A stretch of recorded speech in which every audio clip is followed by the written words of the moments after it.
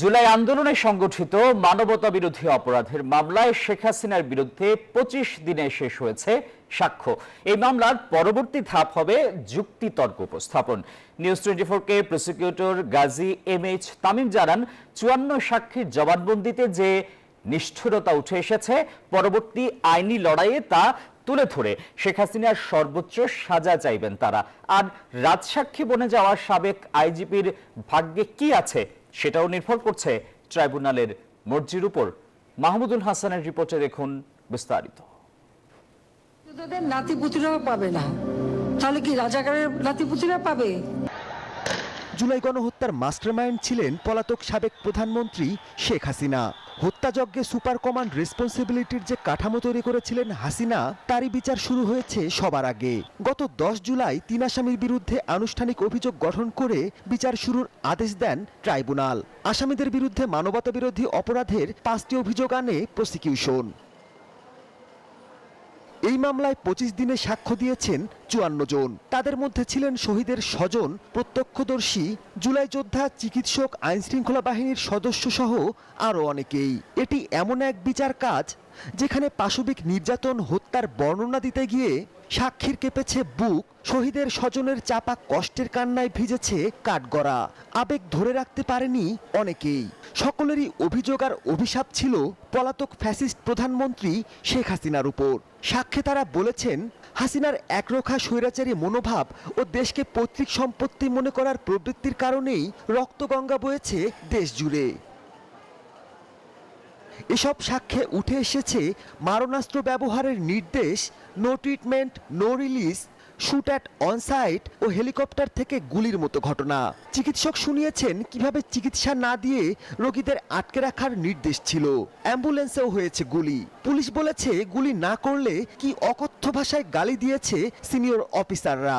আছে গণমাধ্যমে প্রকাশিত প্রতিবেদন, হাসিনার ফোনালাপ, নৃশংসতার নির্দেশের সরকারি নানা দলিল। কোনো বহিঃশত্রু নয়, নিজ দেশের মানুষকেই হত্যার ওপেন লাইসেন্স দেওয়া হয়েছিল আইন শৃঙ্খলা বাহিনীকে। মারা গেছেন ১৪০০ মানুষ, এখনো ২০,০০০ মানুষ আহত, পঙ্গু। ২৪ জুলাইতে কোনো যুদ্ধ লাগেনি দেশে, অথচ সারা দেশে ছাত্র জনতার বুক বরাবর ছোড়া হয় ৩ লাখেরও বেশি তাজা বুলেট। প্রসিকিউশন বলছে, জনগণের অনুগত পুলিশ বাহিনীকে নৃশংস ঘাতক বানিয়েছে যে হাসিনা, তার বিচার দ্রুতই হবে।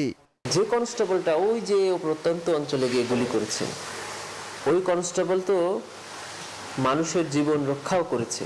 তারা পিসকিপিংয়ে গিয়ে দেশের সুনাম অর্জন করে, কিন্তু ওই কনস্টেবলকে কে কিলার বানালো, তাকে আমাদের আগে আইডেন্টিফাই করতে হবে। এই বিবেচনায় আমরা মাস্টার মাইন্ডদেরকে আগে আমাদের প্রায়োরিটিতে দিয়ে এনেছি।